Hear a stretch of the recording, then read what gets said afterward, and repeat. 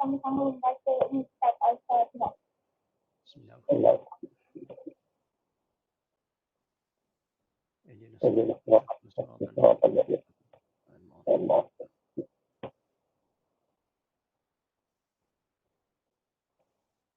Amin ya rabbal alamin.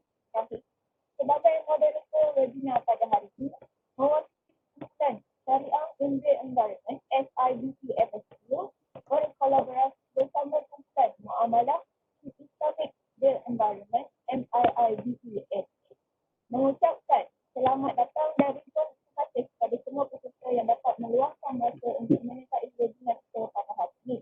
Walaupun saya pasti anda sedang sibuk menjalankan pengajaran dan pembelajaran secara apa sekalian. Okey, bagi meneruskan webinar kali ini, izinkan saya membacakan sedikit latar belakang ceramah. Beliau adalah Profesor Mengajar Dr. Muhammad Dani Muhammad, pensyarah di Akademi Pengajian Islam Contemporary Turkish, Universiti Teknologi Nara Shah Alam, mendapat pendidikan awal di Mahat Imam Kota Baru, Kelantan, dan kemudiannya melanjutkan pelajaran di Kolej Islam Kelang. Menamatkan pengajian di peringkat ijazah sarjana muda dari Universiti Malaya, Fakultas Sastra, pengajian kependidikan pada tahun 1985. Beliau seterusnya melanjutkan pelajaran pengajian ke peringkat ijazah sarjana di School of Oriental and African Studies, University of London dalam bidang arkeologi pada tahun 1989, berkhususan dalam seni Islam, memperolehi ijazah kedoktoran di International Institute of Islamic Thought and Civilization, ISTAC IIGM, dalam bidang tamadun Islam. Tesis beliau ialah mengenai peraturan alam bina Islam, pendekatan perbandingan antara empat mazhab di bawah penyelidikan Profesor Dr. Alaidin Sarafa. Antara tulisan yang telah disebutkan ialah PIB Islamic Building Regulation,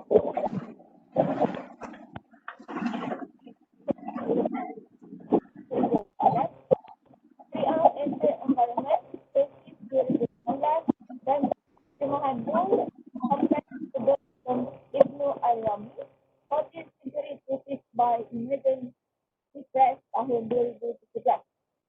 Tanpa melengahkan masa, saya menjemput Profesor Mengajar Dr. Muhammad Dani Muhammad untuk menyampaikan ceramah beliau yang bertajuk Syariah Alam Dunia. Kita silakan. Okay, Assalamualaikum warahmatullahi taala wabarakatuh.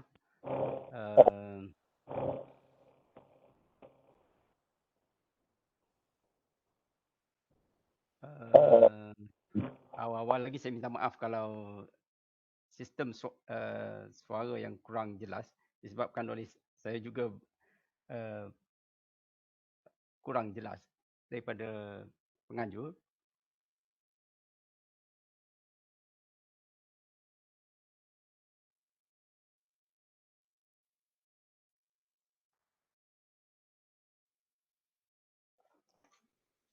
So yang dimuliakan yang berusaha Prof.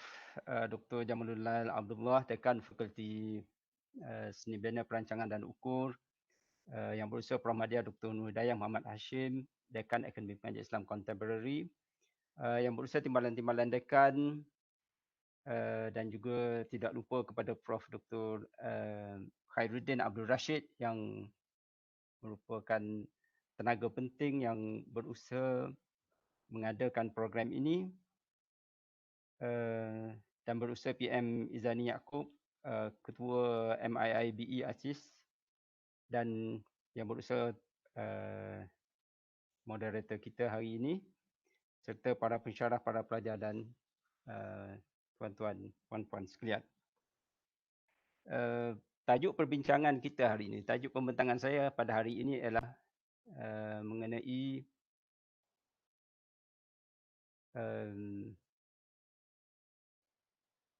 syariah dan juga alam bina, syariah and built environment.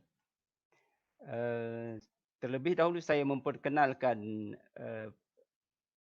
pusat pengajian kita, pusat penyelidikan MIIBE secara ringkas, sebagaimana yang dibuat oleh Prof. Khairuddin minggu lepas, 2 minggu lepas, memperkenalkan SIBE, dan tahniah di atas usaha tersebut. Kami ditubuhkan pada 11 Oktober 2016 dan berdaftar dengan Research Management Center Universiti Teknologi Mara. Dan di antara objektif yang ada ialah menjalankan penyelidikan dalam bidang alam bina Islam, meningkatkan penerbitan berkaitan isu-isu semasa alam bina dan juga penyelesaiannya berdasarkan syariah, dan juga menyediakan peluang perundingan yang berkualiti dalam pelbagai bidang Islam. Ini yang kita akan dalam masa terdekat ni kita mendapat jemputan daripada MPKB, Majlis Perbandaran Kota Baru, untuk turut serta dalam sesi meja bulat mereka dalam membincangkan isu-isu kejiranan. Itu sebagai satu contoh kan. So aktiviti-aktiviti kita adalah menterjemah buku-buku klasik alam bina Islam, sebab kita rasa bahawa buku-buku mengenai alam bina ini amat terhad, ataupun kalau ada pun dalam bahasa Arab, dan sebahagian besar pelajar kita tidak dapat akses kepada sumber-sumber penting tersebut. Yang kedua, mengadakan kursus jangka pendek.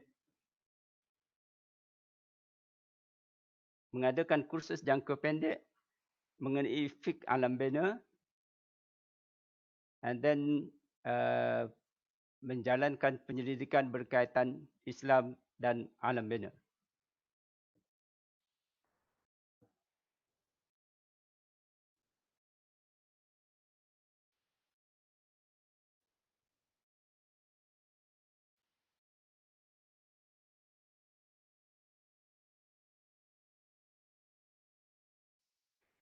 Okey, kita ada 3 geran daripada KPT dan UiTM yang berkaitan dengan alam bina Islam. Yang pertama, kita dapat Designing Sulh Mediation Model in Neighbourhood Dispute Resolution.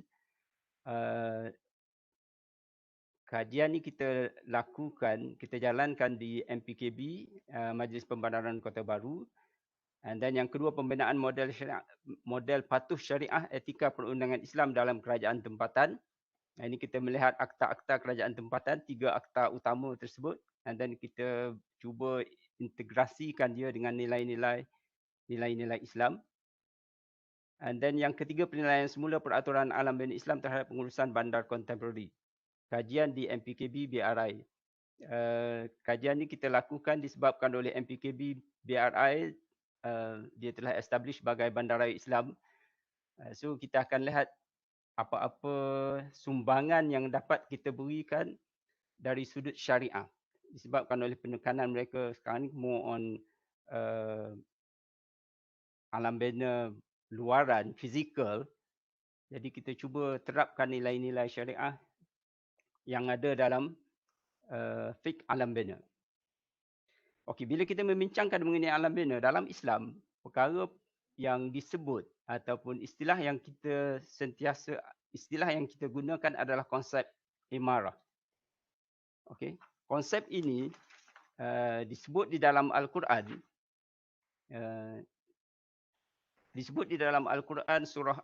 Surah Hud ayat 61. Huwa ansha'akum minal ardi wasta'marakum fiha fastaghfiru thumma tubu ilaih inna rabbi qaribun mujib. Dialah Tuhan yang menjadikan kamu dari bahan-bahan bumi serta menghendaki kamu memakmurkannya. Setelah Tuhan menjadikan kita, melantik kita sebagai khalifah di muka bumi, tugas utama yang diserahkan kepada kita adalah memakmurkan bumi. Bukan membangunkan persekitaran, menghancurkan makhluk-makhluk lain seperti mana yang berlaku sekarang ni. Okay. So tugas utama kita adalah memakmurkan bumi supaya kita dapat hidup dengan baik, dan juga makhluk-makhluk lain dapat menumpang kemakmuran yang dimiliki oleh manusia. So di situ kita melihat dari awal lagi Tuhan telah pun meletakkan tanggungjawab yang besar kepada kita untuk kita memakmurkan persekitaran kita. So di sini kita lihat pentingnya peranan syariah dalam mengatur alam bina ataupun built environment yang kita bina. Apa yang penting di sini adalah saya tidak akan menghuraikan apa maksud syariah dan sebagainya disebabkan oleh 2 minggu lepas Prof Khairuddin telah pun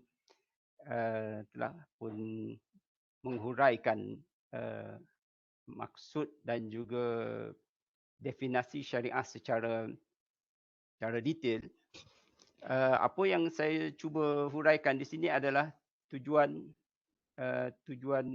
pensyariatan hukum dalam Islam. Maqasid yang kita sebut sebagai maqasid syariah. So tujuan pensyariatan hukum dalam Islam adalah untuk memberikan kebahagiaan dalam kehidupan manusia. Okey, syariah ini tidak bertujuan untuk mendatangkan kesusahan. Yuridullahu bikumul yusra wala yuridu bikumul usra. Tuhan menghendaki kita kelonggaran, okey. Bukan dia nak menyusahkan kita. Okey. Dia hukum-hukum yang dinyatakan di dalam Al-Quran, dinyatakan di dalam syariah itu adalah sebenarnya bermanfaat kepada manusia. Walau bagaimanapun hukum Islam tidak bersifat statik, malah ia fleksibel dan dinamik. Ada hukum yang memang kita tak sembahyang dan sebagainya, itu kita tak boleh nak. Tapi dalam hukum alam bina dan sebagainya, di situ banyak kelonggaran yang diberi kepada kita. Kearifan tempatan dan sebagainya diambil kira dalam kita membangunkan persekitaran alam bina kita, persekitaran dan alam bina kita tanpa kita melanggar tuntutan-tuntutan syariah yang telah ditentukan kepada kita. Hukum ini akan mewarnai kepentingan manusia selari dengan perubahan masa dan juga keadaan. Kalau dahulu mereka tidak mempunyai teknologi yang sophisticated untuk meruntuhkan bukit dan sebagainya, hari ini kita mempunyai teknologi yang sophisticated hingga kita dapat membina jalan raya dan sebagainya, merentasi bukit, laut dan sebagainya. Tetapi apakah pembangunan yang kita lakukan itu kosnya terhadap alam sekitar dan apakah kita mengambil kira kelestarian untuk generasi yang akan datang kan. So secara ringkasnya objektif syariah adalah untuk memelihara kemaslahatan manusia dengan menyediakan ruang manfaat kebaikan kepada mereka dan mengangkat segala bentuk kemudaratan. Perkara ni dijelaskan oleh Ibn Abdun. Ibn Abdun semasa dia menulis satu buku mengenai pengurusan bandar, apabila dia menyentuh mengenai architecture, dia menyebut bahawa amal bunyan fahiyal aknan. Adapun bangunan binaan ini ia adalah tempat di mana ruh dan badan kita mendapat perlindungan. Okey, dia menyebut dua-dua unsur, ruh dan juga badan kan. So ia hendaklah diperbaiki. Tahsin dan hifz ni kita perelokkan dia dan kita menjaga dia daripada segala unsur kemusnahan. Okey, bila kita balik kepada istilah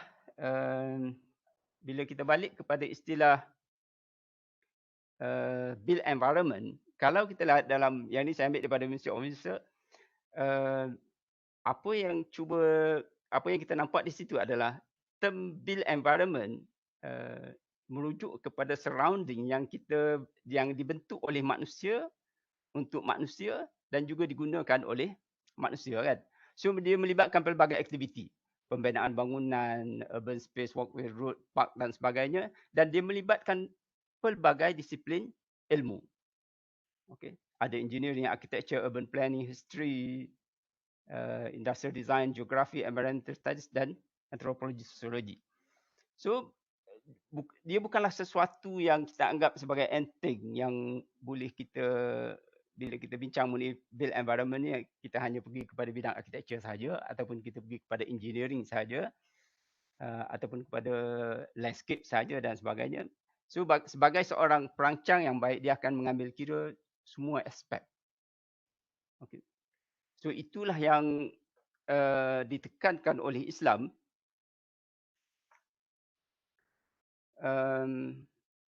apabila Tuhan memberikan panduan kepada kita apabila dalam kegiatan seharian kita, disebut di dalam Al-Quran surah Ali Imran, duribat alaihimuz zillatu aynama thuqifu illa bihablim minallahi wa hablim minan nasad. Manusia ni akan ditimpa kehinaan di mana saja mereka berada kecuali mereka berpegang kepada tali Allah. Okey, dan juga tali perjanjian sesama manusia kan. So dalam kita membina persekitaran kita, kita harus mengambil kira hubungan kita dengan Allah, hubungan kita dengan manusia, dan dalam ayat yang lain dia juga mengarahkan kita untuk mengambil kira hubungan kita dengan persekitaran, terutamanya dalam hadis-hadis, banyak hadis-hadis yang membincangkan Tuhan Rasulullah melarang kita menebang pokok sesuka hati, membunuh binatang sesuka hati tanpa apa-apa tujuan dan sebagainya. So apa sahaja kegiatan kita yang kita lakukan di muka bumi, bila dia mendatangkan kemudaratan kepada manusia ataupun kemudaratan kepada alam dan juga mengganggu hubungan kita dengan Allah, maka kita tunggulah kehinaan yang dijanjikan oleh Allah kepada kita kan. So peranan syariah di situ adalah dia menjaga hubungan manusia dengan Allah, hubungan manusia dengan manusia, dan juga hubungan manusia dengan alam sekitar kan. 3 hubungan yang perlu kita jaga. So saya akan pergi kepada manifestasi syariah dalam alam bina. Bagaimana umat Islam dahulu apply menggunakan kaedah-kaedah yang ada di dalam fiqh Islam dan dimanifestasikan melalui tindak tanduk mereka dalam merancang, mengatur dan menyusun persekitaran mereka. Okey. Dalam khazanah keilmuan Islam terdapat 3 bentuk penulisan ataupun buku yang berkaitan dengan alam bina. Okey. Yang pertama yang berbentuk karya falsafah ataupun governance. Okey. And then yang kedua berbentuk karya teknikal dan juga biografi. Dan yang ketiga berbentuk karya hukum. Okey.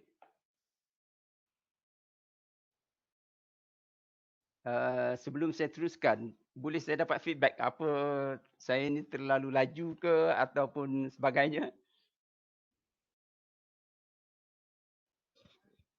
Okey Prof, tak ada masalah insya-Allah. Okey, terima kasih. Audio jelas Jelas sangat. Okey, terima kasih. So 3 karya falsafah, karya teknikal dan juga karya-karya hukum. Karya hukum ni kalau dalam bahasa Arab kita sebut kita fiqh lah. Okay. So dalam karya contoh ni dua. Tu banyak datang. Kok ni awak lain? Ni awak sama dengan ni.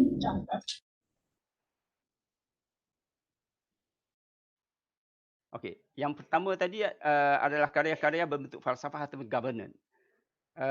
Kita ada buku Suluk Al-Malik fi Tadbir Al-Mamalik, The Manners of the King in the Management of Kingdom. Buku ni ditulis oleh Syahabuddin Ahmad bin Muhammad bin Abi Ar-Rabi'. Okey. Beliau merupakan seorang penasihat kepada raja pada masa tersebut. So dalam buku ni diceritakan bagaimana pemilihan tapak untuk membina bandar dan sebagainya, dan dia menggalakkan raja-raja ataupun pemerintah ataupun khalifah membangunkan galakan kepada pembangunan penempatan baru. Disebabkan oleh bila nak bangunkan penempatan baru ni dia terpaksa invest untuk infrastruktur dan sebagainya, dan unsur tersebut hanya dapat dilakukan oleh pemerintah saja yang mempunyai kemampuan dari segi keuangan dan sebagainya. Okey, yang kedua mukaddimah. Saya rasa semua orang tahu buku mukaddimah Ibn Khaldun. Mark Zuckerberg juga baca buku tersebut sebagai menganggapnya sebagai di antara buku-buku terpenting yang perlu dibaca oleh sesiapa sahaja yang concern mengenai masyarakat semasa kita kan. So saya cadangkan setiap pensyarah memiliki buku ni dan membacanya berkali-kali supaya kita dapat memahami apa perkara yang disebut oleh Ibn Khaldun. Dan Ibn Khaldun dalam kitab Muqaddimah dia membincangkan mengenai bagaimana pemilihan tapak bandar, unsur-unsur air dan sebagainya yang perlu diambil. Saya rasa perkara itu dalam keadaan sekarang ni berlaku. Yang pentingnya bila dia menyentuh mengenai tingkah laku masyarakat bandar. Okey, bagi Ibn Khaldun, bandar ni, kebanyakan bandar ni merosakkan akhlak manusia. So beliau menekankan bila dia membincangkan mengenai tingkah laku dan sebagainya, dia menekankan bahawa pentingnya undang-undang agama itu digunakan untuk mengatur manusia. Bukan undang-undang sekular dan sebagainya, undang-undang buatan manusia dan sebagainya, disebabkan oleh beliau mengatakan bahawa bila manusia ni disusun atur oleh agama, perkara tersebut datang daripada internal mereka sendiri. Contohnya mereka, kalau dalam konteks sekarang ni, kalau kita lihat traffic light dan sebagainya, mereka tidak melanggar traffic light bukan disebabkan oleh mereka takut pada polis, tapi disebabkan oleh mereka tahu itu adalah peraturan bagi masyarakat sivil. Mereka tidak meludah tak tentu hala, tidak membuang sampah dan sebagainya, tidak membuang sampah bahan bahaya ke dalam sungai dan sebagainya, bukan disebabkan oleh mereka takut kepada benda yang berjumlah begitu banyak, tetapi disebabkan oleh mereka menghormati unsur-unsur lain yang memerlukan sumber asli tersebut. Okey, yang ketiga adalah Ahkam As-Sultaniyah yang dikarang oleh Al-Mawardi. Disebabkan oleh Al-Mawardi ini adalah beliau seorang pentadbir dan juga seorang faqih yang mahir dalam undang-undang Islam. Beliau menyentuh dua-dua aspek. Beliau menyentuh mengenai aspek pembangunan penempatan baru dan juga beliau menyentuh mengenai hukum-hukum yang berkaitan dengan land development ataupun pembangunan hartanah. Dia ada satu karya yang lain lagi, Al-Hawi lil Fatawi, kitab Al-Hawi, di mana di dalam kitab tersebut beliau menghuraikan hukum-hukum mengenai alam bina ni secara lebih detail. Contoh hasil karya teknikal, kita ada dua daripada khazanah daripada kerajaan Uthmaniyah. Yang pertama adalah Risalah Mi'mariyah yang dikarang oleh Mahmud Agha, kalau saya tak silap, yang menceritakan bagaimana beliau mempelajari ilmu arkitektur dan terlibat secara langsung dalam pembinaan beberapa bangunan-bangunan besar di Istanbul. And then yang kedua, Tazkiratul Ibniyah. Yang ini menceritakan mengenai bagaimana Mimar Sinan, riwayat hidup Mimar Sinan, bagaimana beliau bersusah payah mempelajari ilmu arkitektur dan sebagainya. Ini sebagai satu biografi beliau yang ditulis oleh orang lain, okay, mengenai sumbangan beliau kepada alam bina Islam. Okay. So far saya rasa dari zaman awal sebelum kerajaan Ottoman, kita tidak ada buku-buku bersifat begini. Okay. Disebabkan oleh kita tahu bahawa pada peringkat awal perkembangan Islam, kebanyakan arkitek ataupun banan, jurubina dan sebagainya, juruter dan sebagainya, masyarakat Arab dahulu dia terpaksa bergantung kepada kemahiran Parsi dan juga kemahiran daripada kerajaan Byzantine. Okay. Tapi selepas beberapa ratus tahun, bila mereka memperolehi kemahiran tersebut, mereka sendiri yang melakukannya. Okay. Bentuk yang ketiga adalah karya hukum yang kita panggil sebagai fiqh al-umuran atau fiqh alam bina. Kalau selama ni kita dengar fiqh nikah kahwin cerai, pembagian harta dan sebagainya, itulah yang dibincangkan dalam fiqh al-umuran, dia sebagai satu cabang daripada ilmu fiqh, Islamic jurisprudence. Okey, karya yang membicarakan hukum-hukum mengenai alam bina, kan. Perkara ini dibincangkan dalam semua mazhab Islam. Dia minta ada satu pun mazhab yang meninggalkan aspek fiqh al-umrah ni.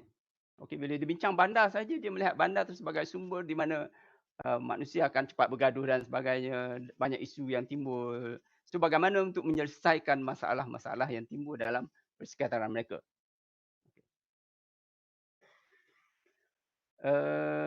Pengurusan bandar dan peraturan-peraturan alam bina merupakan sebahagian cabang ilmu fiqh yang telah dibincangkan serta diamalkan sejak terasasnya Bandar Madinah, negara Islam pertama di Madinah. So bila Rasulullah masuk ke Madinah, beliau menyusun atur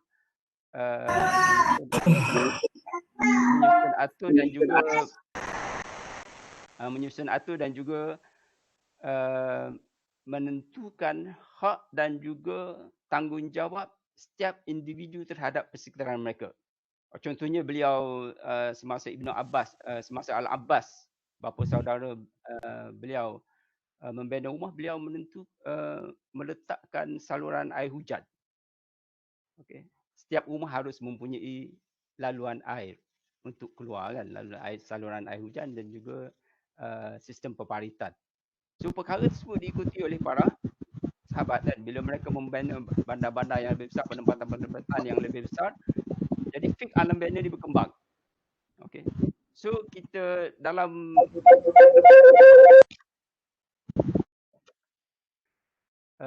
terdapat 4 kategori perbincangan fuqaha juris mengenai peraturan-peraturan alam bina, iaitu dalam kitab-kitab fiqh umum. I mean, kalau kita buka kitab ataupun Muwatta Imam Malik dan sebagainya, kita akan jumpa satu bab yang membincangkan mengenai peraturan-peraturan alam bina. Yang kedua, kitab fatwa. Kitab fatwa dan juga nawazil. Fatwa dan nawazil ni adalah bila timbul masalah-masalah di sesuatu bandar, mereka akan bertemu dengan para kadi dan minta pendapat kadi tersebut untuk menyelesaikan isu-isu yang berlaku dalam persekitaran mereka. Yang ketiga adalah buku-buku hizbah. Hizbah ni adalah kita panggil dalam setengah-setengah pengarang mengatakan dia sebagai market supervisor ataupun town supervisor. Dia mengatur seluruh sistem hidup di bandar. Dalam tradisi Islam, kita tidak mempunyai majlis perbandaran. Okey, dia berbeza dengan kalau kita baca European cities. Dia ada aspek majlis perbandaran yang berkembang daripada abad ke-11 sehinggalah sekarang. Dan bila mereka menakluki negara-negara Islam, unsur local government ni diperkenalkan di negara-negara Islam, menyebabkan kita fiqh al-umrah ataupun ahkam al-bunyan ni kita tak boleh katakan hilang dalam tradisi fiqh kita. Okey, so, kalau kita tengok fatwa-fatwa di Asia Tenggara yang berkaitan dengan alam bina ni, saya jumpa satu saja fatwa daripada Brunei. Okey, fatwa daripada Malaysia tak ada orang yang bertanyakan fatwa mengenai alam bina kan. And then yang kedua, kitab-kitab khusus yang membicarakan mengenai ahkam al-bunyan. Okey. Yang ni kita ada beberapa kitab yang kita sedang usahakan untuk diterjemahkan. Okey, ini contoh-contoh yang saya bawa ni adalah kitab-kitab fiqh umum, membincangkan mengenai alam bina, terdapat dalam pelbagai kitab buku-buku fiqh umum dalam kitab kesemua mazhab, merangkumi bab jual beli, kita beli rumah dan sebagainya, aspek defek rumah tersebut kita harus ambil kira, dan material dan sebagainya, harga yang berpatutan, tidak ada unsur seperti yang disebut oleh Prof Khairuddin pada 2 minggu lepas, tidak ada unsur riba dan sebagainya. And then bab ijarah, hukum mengenai sewa bangunan, rumah kediaman dan sebagainya, siapa yang harus bila kita sewa sesuatu rumah ataupun kediaman, siapa yang harus menyediakan fasilitiesnya. Okey. Contohnya kalau dapur, kalau kita sekarang ni rumah kita memang semua ada dapur, apakah tuan rumah yang bertanggungjawab? Kalau Arab dahulu disebabkan oleh dapur mereka ni agak tradisional, yang dalam berbentuk oven, tanur, tradisional. So kalau ikut setengah-setengah buku fiqh mengatakan bahawa dapur itu harus disediakan oleh tuan rumah kan. Okey, and then bab suluh, mediation. Hukum-hukum berkaitan dengan kejiranan, dinding pagar yang dikongsi bersama, hukum menggunakan dinding jiran sebagai penyongkut tulang dan sebagainya. So kalau kita ingat lagi beberapa, saya rasa 10 atau 12 tahun lepas apabila berlaku pergaduhan di antara dua selebriti daripada UIA yang menyebabkan berlaku kes itu dibawa ke mahkamah dan akhirnya diselesaikan. Punca yang menyebabkan perbalahan itu adalah pagar Sebab tu kitab dalam kitab fiqh Al-Bunyan ni sebahagiannya menamakan sebagai kitab Al-Jidar. Sebab mengikut Ibn Khaldun, pagar ni yang akan menjadi unsur pertama yang akan menyebabkan kita bergaduh dengan jiran. Dan itu hakikatnya yang berlaku dalam masyarakat sekarang ni kan. Okey, yang kedua kitab-kitab fatwa. Kitab fatwa dan juga nawazil. Kitab-kitab fatwa dan nawazil mengumpulkan fatwa-fatwa ulama serta hukum-hukum yang diputuskan oleh qadi tentang kes-kes yang mereka bicarakan. So masyarakat Islam dahulu bila mereka menghadapi sebarang masalah dengan jiran dan sebagainya, ataupun bila mereka menentukan siapa yang bertanggungjawab dalam pembinaan saluran pembentungan dan sebagainya, perkara ini akan dibawa kepada qadi. Dan qadi akan menyelesaikan. Dan penyelesaian tersebut akan direkodkan. Okay. Merangkumi pelbagai hukum termasuklah hukum-hukum alam bina. Contohnya adalah Mi'yar al-Mu'rib wal Jami' al-Maghrib. Yang ini adalah fatwa ulama Afrika dan juga Andalus yang dihimpun oleh Al-Wansharisi. Fatwa tersebut meliputi 200 tahun. Okay. And then kita ada Dewan Ahkam Al-Kubra karangan Abi Asbaq Ibn Sahal. Kalau kita perhatikan, fatwa-fatwa ataupun nawazin ni kebanyakannya kita warisi daripada Andalus. Disebabkan oleh, kita tahu dalam tamadun Islam, Andalus ni dia mewarisi, mereka mempunyai kemahiran yang amat tinggi dalam alam bina dan sebagainya. Okey, yang seterusnya adalah buku-buku hizbah. Hizbah ni merupakan isu yang penting yang dilaksanakan oleh pemerintah Islam. Dia mesti setiap dinasti dan sebagainya dia akan ada institusi hizbah. Sebab dia tidak ada yang saya sebut tadi, dia tidak ada local government. Okey, kerajaan tempatan dia tak ada. So yang menguruskannya adalah muhtasib. Okey, dia mengawasi segala bentuk perkhidmatan pembandaran daripada lampu jalan hinggalah kepada tandas awam. Dia memastikan bahawa tandas awam itu bersih. Setiap rumah harus mempunyai saluran air masuk dan saluran air keluar. Seseorang individu tidak boleh melepaskan air hujan daripada rumah dia ke jalan raya. Okay. Ataupun dia membuang sampah sesuka hati dia. Dia tidak boleh merosakkan jalan raya, mengganggu jalan raya dan sebagainya. So yang akan memastikan perkara tersebut berjalan adalah institusi hizbah. Dia akan dibantu oleh mereka yang main dalam bidang masing-masing. Contohnya kalau dalam bidang alam bina dia ada dipanggil sebagai al-amin dan sebagainya. Bila berlaku sesuatu perkara dalam mana, maka muhtasib dalam bidang tersebut akan turun melihat. Di dalam buku-buku hizbah terkandung hukum-hukum alam bina dan peraturan yang harus diawasi dan diikuti sama ada secara teori ataupun amali. Ini contoh-contoh buku hizbah. Kitab Nihayah Ar-Rutbah fi Talab Al-Hizbah yang ditulis pada 1083 Masihi dan juga kitab Ibnu Ukhuwah yang ditulis pada abad ke-14. Okay. Dan buku-buku khusus yang membicarakan mengenai hukum-hukum alam bina. Yang paling advance dalam hukum-hukum alam bina adalah dalam mazhab Maliki. Mazhab Maliki paling banyak membincangkan hukum-hukum alam bina. Mungkin disebabkan oleh mereka yang menjadi mazhab utama di Andalus. Kemudian bila Andalus jatuh, ulama-ulama ni lari ke Maghrib dan sebagainya dan diambil oleh kerajaan Ottoman dan sebagainya. Jadi khazanah tersebut simpan hingga sekarang. Kitab yang pertama tu kita masih belum dijumpai. Disebut di dalam literature umum mengenai wujudnya kitab Al-Qadha' fil Bunyan. Al-Qadha' fil Bunyan ni maksudnya hukum-hukum mengenai alam bina kan. Tapi kita ada buku yang lebih detail yang dikarang kemudiannya oleh Muallim Muhammad bin Ibnu Ibrahim Al-Lakhmi. Muallim Muhammad bin Ibrahim Al-Lakhmi. Dia contemporary dengan Ibn Khaldun ni, berasal daripada Tunis dan buku ni ditulis di Tunisia sekarang ni, dengan lebih dikenal dengan panggilan Ibn Ar-Rami. Merupakan kitab yang paling lengkap membicarakan mengenai hukum alam bina. Buku ni saya telah terjemahkan daripada bahasa Arab ke bahasa Inggeris dan ada di pasaran. And then yang kedua adalah kitab Al-Jidar. Di karangan Isa bin Dinar. Dia lebih awal daripada kitab I'lan, tetapi disebabkan oleh dia tidak selengkap kitab Al-I'lan, jadi kitab ni kita sedang usahakan untuk diterjemahkan oleh Ustazah Sharifah Fadilawati, insya-Allah, sebahagian daripada tesis PhD dia. Dan kita akan cuba terbitkan dalam masa setahun ni. And then kitab-kitab karya khusus yang membicarakan ahkam al-bunyan daripada mazhab Hanafi. Kita tahu mazhab Hanafi ni adalah mazhab yang menjadi aliran pegangan utama kerajaan Uthmaniyah Turki dan juga mazhab dan juga di Indo-Pakistan. So kita ada kitab kesusunan Al-Qadhi Muhammad bin Ahmad bin Ibrahim yang merupakan Qadhi Algeria. Beliau menghimpunkan keputusan ataupun judgement yang beliau putuskan semasa pembicaraan mengenai kes-kes yang berlaku di Algeria semasa beliau menjadi qadi. Dan buku ini dijadikan rujukan oleh para qadi dalam menyelesaikan masalah berkaitan dengan alam bina pada masa tersebut. Dan kita ada majalah Ahkam Al-Adliyah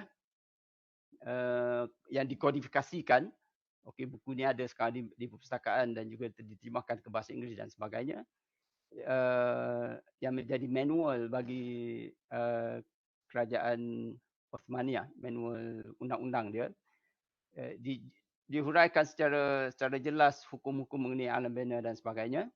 And then kitab Al-Hitan, kitab ni agak ringkas, membincangkan beberapa permasalahan mengenai hukum dinding dan persempadanan, pengaliran air, jalan raya, Finak ni adalah reserve tanah simpanan jalan raya tu kan.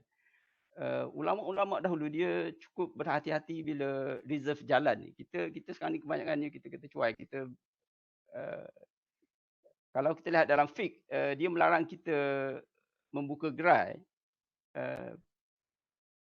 gerai di tepi jalan. Reserve kita dilarang menggunakan reserve jalan disebabkan oleh dia akan membahayakan lalu lintas kan. So kalau hukum tersebut diguna pakai pada zaman dahulu di mana kenderaan utama mereka adalah keldai dan sebagainya, keldai unta, kuda dan sebagainya. Keadaan sekarang ni saya rasa lebih lagi mendesak untuk kita meninggalkan reserve jalan tu kosong tanpa apa-apa gerai dan sebagainya kan. Kitab yang seterusnya adalah kitab Al-Qismah wa Usul Ardin. Kitab ni agak menarik disebabkan oleh dia ditulis di sebuah pulau di luar pantai Tunis, Jerba. Okay. Ditulis oleh ulama-ulama daripada Jerba dan dia daripada mazhab Ibadi. Kalau siapa-siapa yang pernah sampai ke Oman bermazhab Ibadi, okay, dia agak dari segi hukum fiqh dia agak berbeza dengan ahli sunnah kan. So buku ni merupakan di antara isu yang dibincangkan adalah mengenai pembahagian harta qismah. Qismah ni bila meninggal dan sebagainya, so macam mana kita nak bahagikan harta jaringan jalan raya, okey, penempatan, manazil, bentuk-bentuk penempatan, okey, ada banglonya, ada rumahnya, ada teras dan sebagainya. Kelestarian bekalan air disebabkan oleh mereka tinggal di kawasan Afrika yang menghadapi masalah air yang begitu serius. Jadi kelestarian bekalan air itu dia bincang secara serius.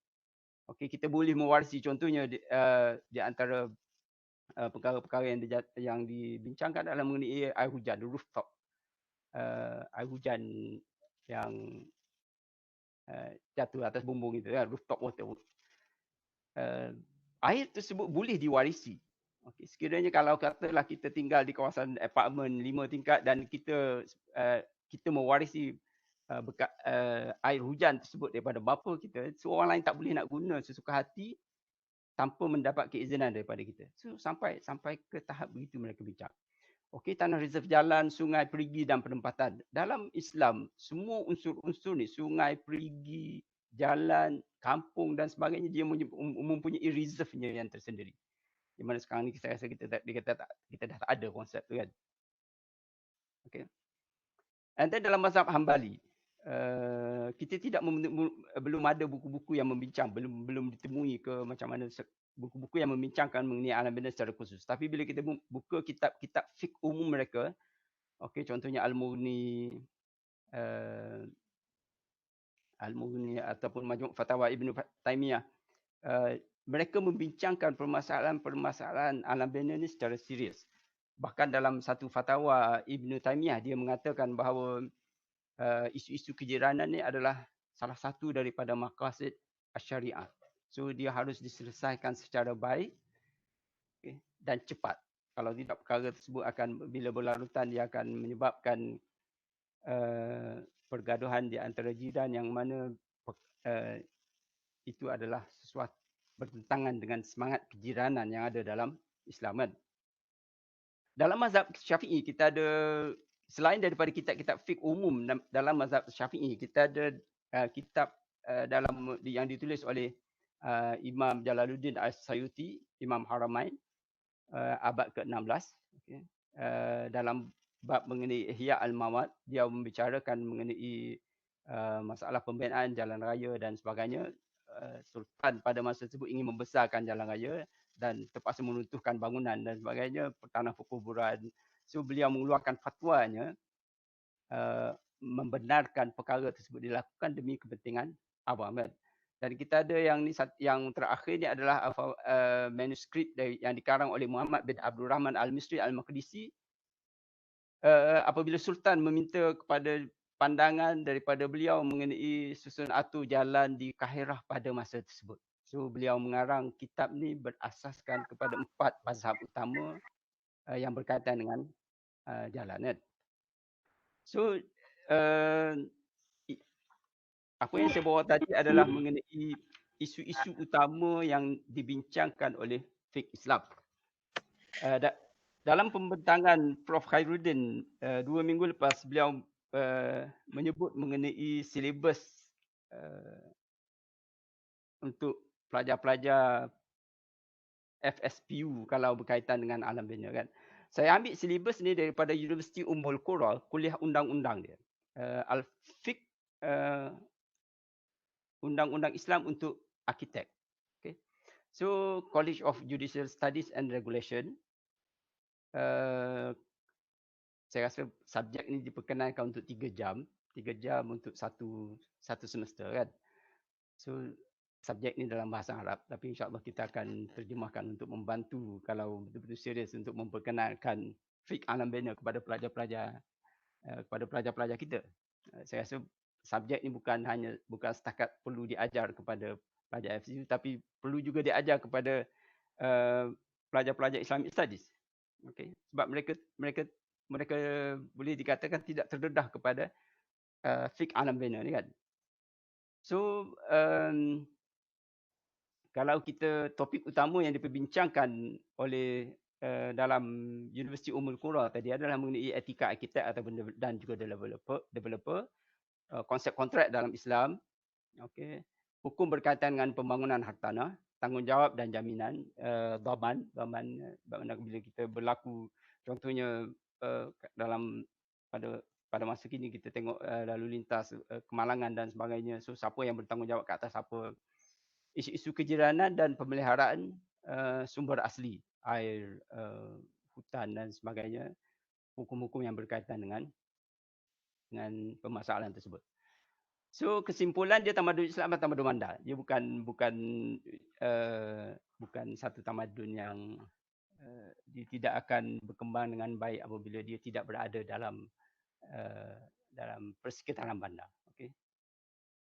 Bermula dengan semua aspek alam bina amat ditekankan, bermula daripada pemilihan dan pemilikan, pembangunan hingga kepada gaya hidup bandar, urbanism itu sendiri. Perkara itu disentuh oleh Ibn Khaldun. Gaya hidup bandar, cara Islam macam mana dan sebagainya. So ruang penyelidikan terbuka luas untuk kita memahami secara lebih mendalam aspek-aspek alam bina Islam melalui kolaborasi multidisiplin. So matlamat terakhir kita adalah baldatun thayyibatun wa rabbun ghafur. Negerimu adalah negeri yang baik dan Tuhanmu adalah Maha Pengampun. So dalam usaha kita membina persekitaran kita yang baik ke arah mencapai baldatun thayyibatun wa rabbun ghafur, saya rasa buat sementara waktu ni kita harus melakukan penyidikan lebih yang lebih komprehensif mengenai aspek alam bina Islam. So dengan itu sekian pembentangan saya. Saya buka kepada Saya buka kepada soal jawab dan sebagainya.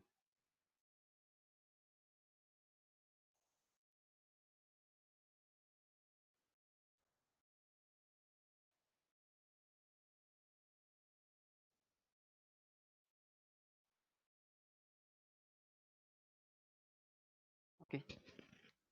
Kalau ada soal dan sebagainya, silakan.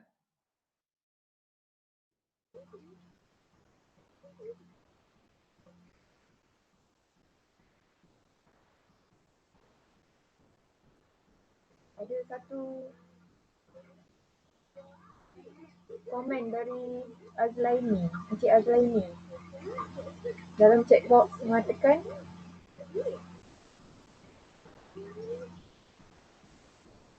Masya Allah, satu perkongsian ilmu yang amat menarik. Lebih menarik dari apa yang saya katakan. Saya amat berminat untuk mencari tajuk buku-buku yang dikemukakan. Mohon jasa baik dari Dr. Sedani, kongsikan rakaman sesi ini untuk rujukannya dan Allah. Okey, insya-Allah saya untuk sesi saya hanya memperkenalkan sumber-sumber utama rujukan alam bina. Sebab selepas ni kita ada lagi sesi-sesi yang akan dibawa oleh contohnya oleh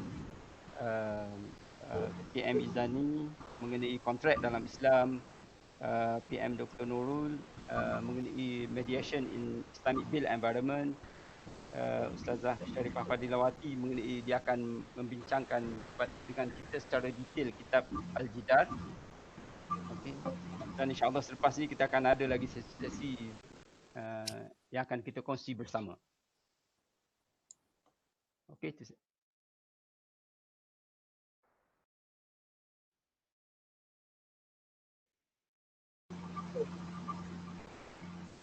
Ada apa-apa soalan daripada para peserta?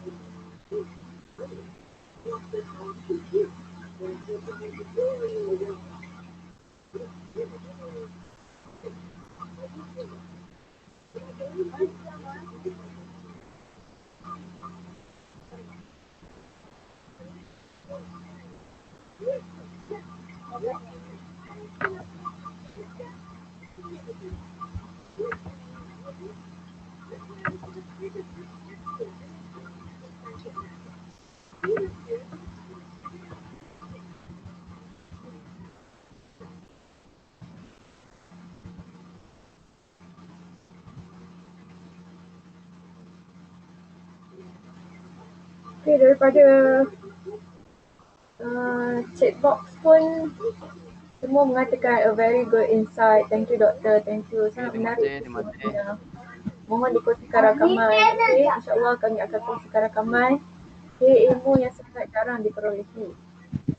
Okay, dalam chat box juga saya ada sertakan the attendance form. Okay.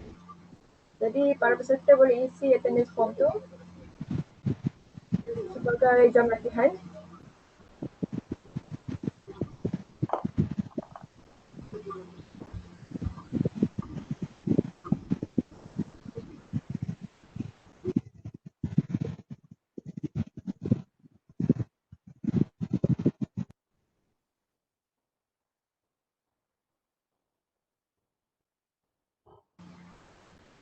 Okay. Oh, tak ada soalan? Okay, ada satu soalan tu, bagaimana Prof dengan aplikasi syariah dalam alam bina Islam? Kita mewarisi satu sistem yang ditinggalkan oleh British. Okay. So ilmu-ilmu yang kita warisi adalah kesemuanya kita dilatih, di train dalam semua disiplin-disiplin ilmu yang kita warisi daripada British. Bukan bermakna ilmu tersebut tidak berguna, tetapi alangkah baiknya sekiranya kita dapat integrate dengan nilai-nilai Islam yang nilai-nilai Islam atau fiqh alam bina Islam yang ilmu yang kita warisi dahulu. Okay. So, satu integrasi ilmu tu saya rasa alam bina sedang menunggu satu integrasi ilmu di antara khazanah British dengan khazanah Islam. Sebab kita tak kata khazanah yang ditinggalkan oleh British itu adalah satu khazanah yang tidak berguna ataupun yang bad dan sebagainya. Contohnya ilmu architecture. Dalam Islam, ilmu-ilmu yang dimiliki oleh manusia, dia Islam meraihkan. Okey, dia tak kata semua bila dia datang tu dia tukar semua perkara. Tak. Bila Islam naik, awalnya kita masih menggunakan dinar Greek dan dinar Rom. Okay. Beberapa ratus tahun kemudian barulah kita tukar kepada dinar Yaman. Benda tu adalah ilmu ataupun kearifan tempatan, ilmu akal. Okay. Islam meraihkannya. Okay. Tapi bila sampai kepada sistem nilai yang tadi tu, hubungan kita dengan Allah, dengan alam sekitar dan sebagainya, yang itu kita kena balik kepada syariat. Kita tak boleh lagi membiarkan sungai kita dicemari dengan pelbagai unsur industri, kan. Ibn Rushd telah sebut pada abad zaman dia kata kalau seseorang tu letak tandas, membina tandas di dalam sungai, perkara tersebut hendaklah ditegah. Menjadi tanggungjawab sesiapa yang melihat perbuatan tersebut untuk mencegahnya. Itu tandas. Yang kita buang sekarang ni bukan tandas. Okay. Bukan air tandas dan sebagainya. Yang kita buang dalam sungai sekarang menyebabkan ikan dan sebagainya suffer, bahan industri. Okay. So siapa yang akan bertanggungjawab? Okay. So itu nilai yang harus kita terap dalam masyarakat. Kita merakyatkan nilai-nilai fiqh alam bina dalam masyarakat, supaya mereka merasakan bahawa mencemarkan sungai itu adalah satu larangan yang wujud dalam agama. Ataupun mencemar alam sekitar, membuang sampah merata, mengganggu jiran. Okay. Itu nilai-nilai yang ditekankan oleh Islam. Okey, itu saja jawapan dari saya. Untuk soalan seterusnya ada dari Nur Azlinda Muhammad Sabli. Doktor, boleh tak bagi contoh perkara-perkara yang perlu dipikirkan dari segi syariah sebelum kita buat development?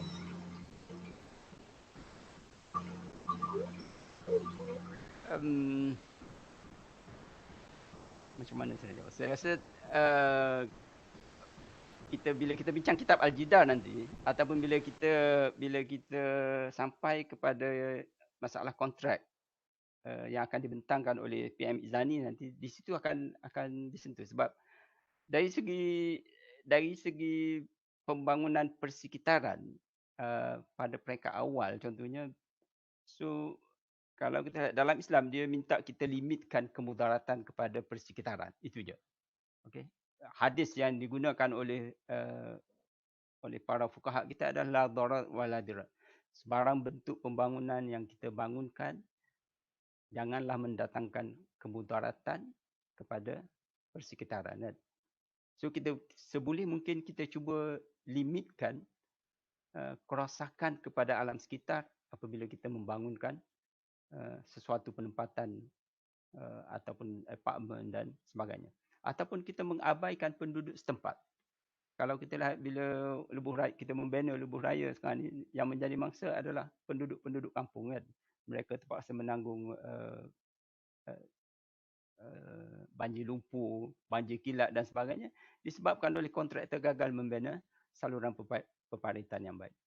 So di situ kita lihat perancangan dan juga unsur perancangan dan juga unsur unsur pengawasan. Okay. Regulation. Kita ada building regulation, tapi setakat mana regulation tersebut dipatuhi, dan kelonggaran, kalau kita lihat yang kes Sungai Selangor baru ni disebabkan oleh, akhbar mengatakan disebabkan oleh pengawasan yang kurang. So, konsep menjauhkan kemudaratan ataupun damage itu harus ditekankan. Okey, itu saja.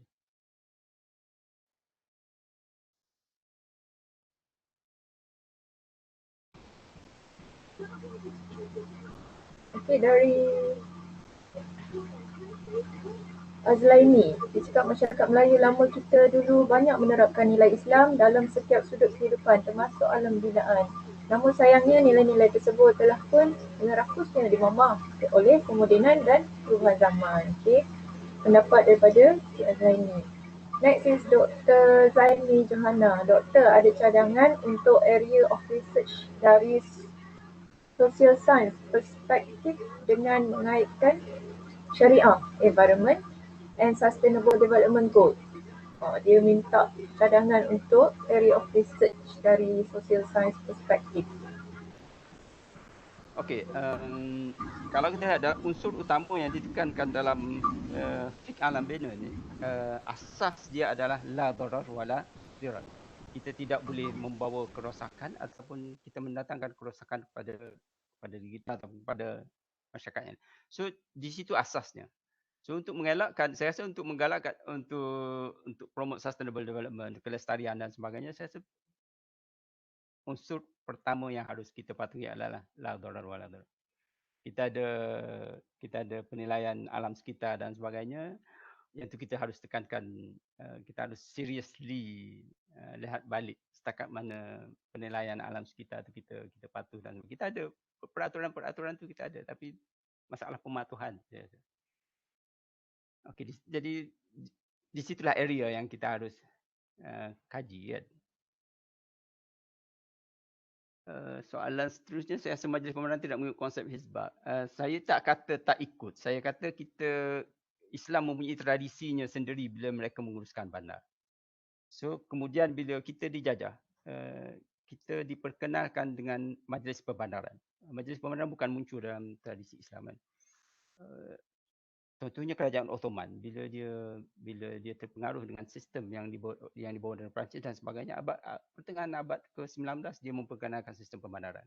So kemudian diikuti oleh negara-negara Arab yang lain. So kita dah selesa dengan sistem perbandaran. So apa yang perlu kita buat, saya rasa kita integrate nilai-nilai syariah yang ada dalam fiqh al-bunyan dengan akta-akta perbandaran, 3 akta perbandaran yang kita ada. Itu saja, itu yang kita boleh buat. Bukan kata kita nak memperkenalkan balik hizbah, kalau kita dapat perkenalkan tu that's better lah. Tapi dalam keadaan kita tidak janggal dengan unsur-unsur, dengan nilai-nilai dahulu. Jadi first step saya rasa integrasi nilai syariah dalam akta-akta perbandaran yang ada sekarang. Terima kasih.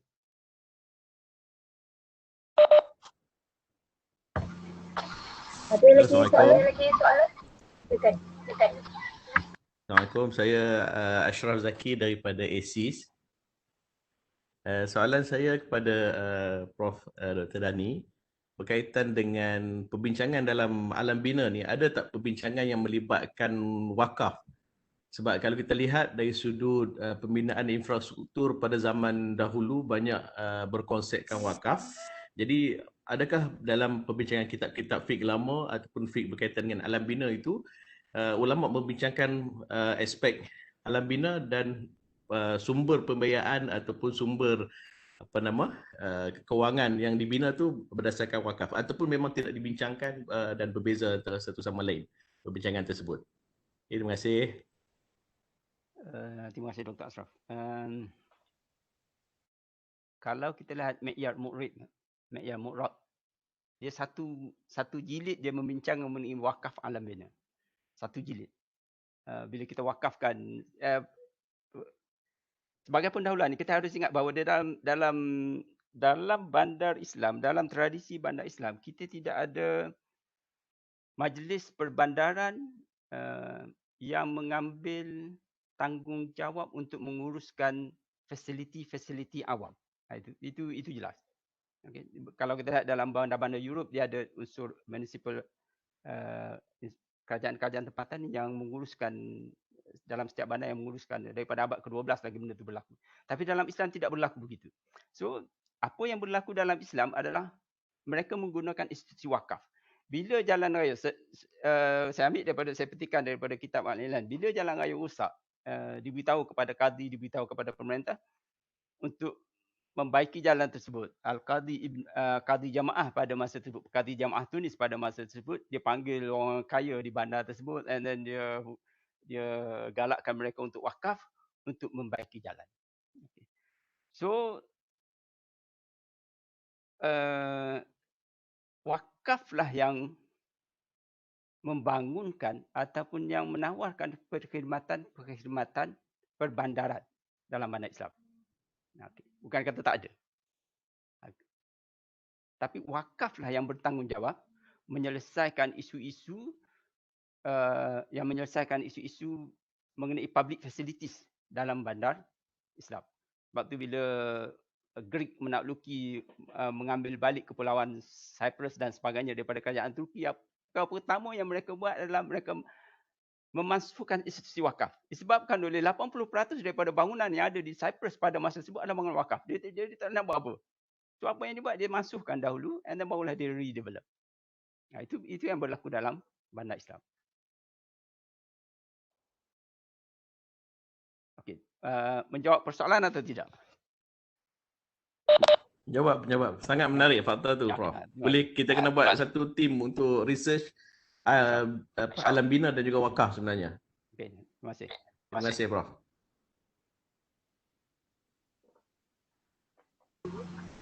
Ada soalan lagi?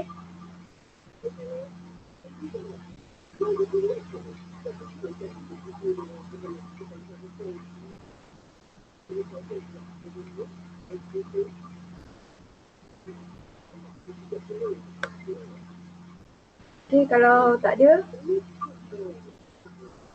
Ada? Tak ada? Okey, kalau tak ada, saya minta semua peserta dapat mengisi borang kehadiran, termasuk juga dengan Dr. Dani untuk isi borang kehadiran Terima tersebut. kasih, insyaAllah. Okey, majlis mengucapkan ribuan terima kasih kepada penceramah kita, Profesor Madya Dr. Muhammad Dani Muhammad yang sudi hadir dan meluangkan masa bagi menyampaikan ceramah sebentar tadi. Okey, semoga perkongsian ilmu selama 1 jam ni dapat memberi manfaat kepada kita semua. Okey, kita akhiri webinar siri kali ini dengan tasbih kafarah dan surah Al-Asr. Subhanakallah. Terima kasih semua. Okay, terima kasih. Semoga kita dapat berjumpa lagi dalam siri webinar yang akan datang. Okay, 2 minggu dari sekarang iaitu 11 November 2020 bertajuk Syariah in Architecture, Building Planning and Design. Okay, ceramah ini akan disampaikan oleh Profesor Datuk Dr. A.R. Asyah Abdul Rahim dari IIUM. Okay, itu sahaja dari saya. Mohon maaf kalau ada salah dan silap. Okay, terima kasih dan kaji. InsyaAllah. Assalamualaikum warahmatullahi wabarakatuh.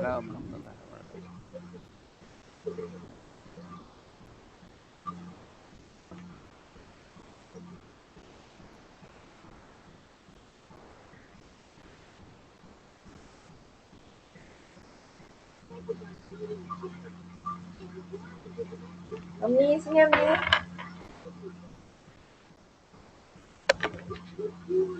Ami nak kat mana? Nak kat mana? Nak kat mana? Ha? Tak nak. Ha? Tak, saya dengan cikgu. Tak.